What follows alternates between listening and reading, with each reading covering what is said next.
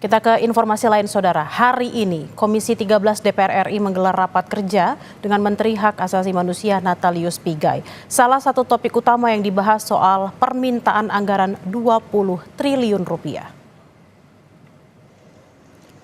Dalam rapat kerja, Komisi 13 DPR RI membahas rancangan undang-undang yang menjadi program prioritas. Menanggapi permintaan anggaran sebesar 20 triliun rupiah dari Kementerian HAM, DPR mempertimbangkannya dengan melihat pentingnya prioritas dalam alokasi anggaran.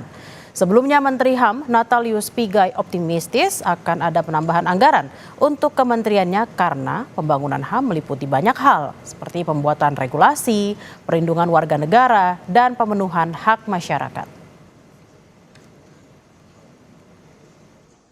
Yang menyangkut karena ini kan kementerian yang dipisahkan dari Kemenkumham sebelumnya menjadi 3 kementerian. Sehingga strukturnya pasti berubah. Juga ada hal yang penting yaitu menyangkut anggarannya. Anggarannya itu harus dibahas kembali gitu. Nah itu nanti yang ya mungkin tapi hari ini kami lebih banyak pada aspek perkenalan. Gitu.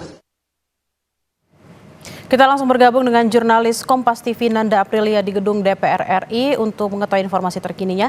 Nanda, apakah rapat Komisi 13 dengan Menteri HAM sudah dimulai dan apa saja yang akan dibahas?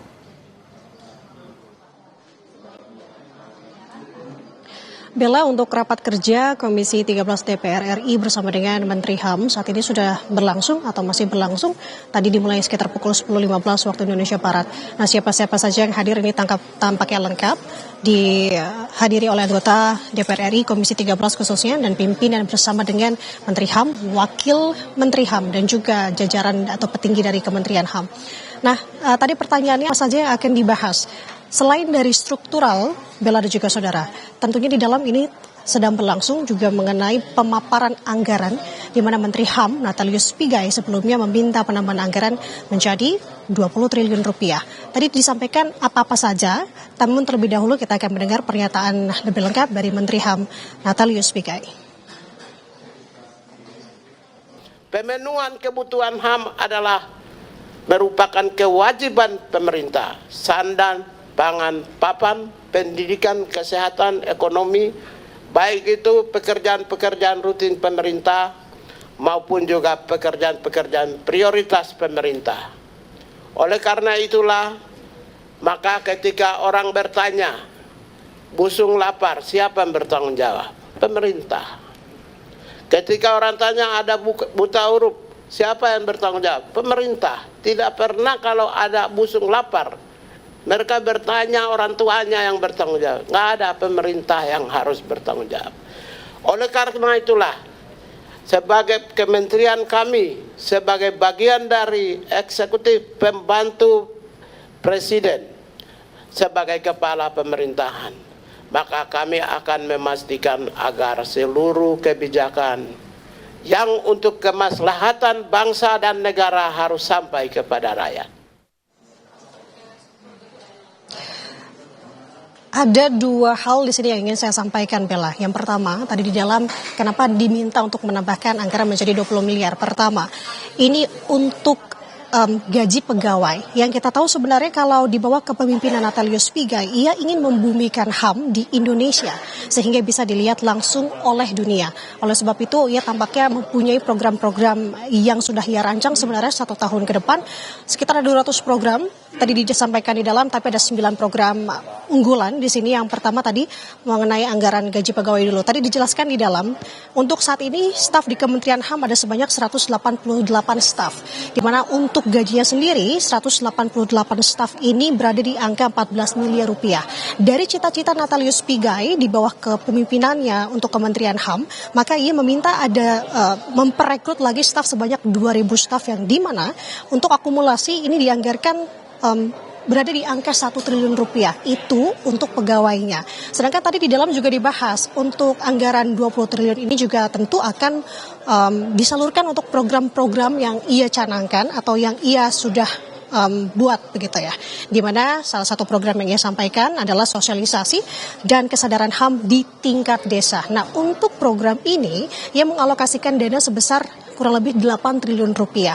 Artinya memang banyak angka-angka yang ternyata kita tahu bahwa kalau melihat dari ini baru satu program saja, Bella dan juga saudara, mengingat kalau disampaikan sebelumnya ke awak media ataupun publik, program-program yang memang ia sering gaungkan adalah sebagai contoh program membangun Universitas HAM bertaraf internasional dilengkapi laboratorium HAM dan juga rumah sakit. Tadi juga ada program sosialisasi dan kesadaran HAM di tingkat desa. Kemudian juga ada program-program lainnya yang memang belum ia sebutkan.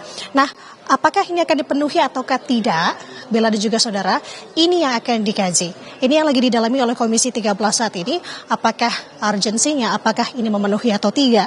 Kalau kita bisa ke belakang mengingat apa yang sebelum disampaikan oleh Wakil Ketua DPR RI, Andes Kadir, dia menyatakan bahwa ini melihat lagi dari kepentingan yang ada, masuk akal atau tidaknya, karena ini tentunya menyambung ke beberapa hal dan juga beberapa aspek.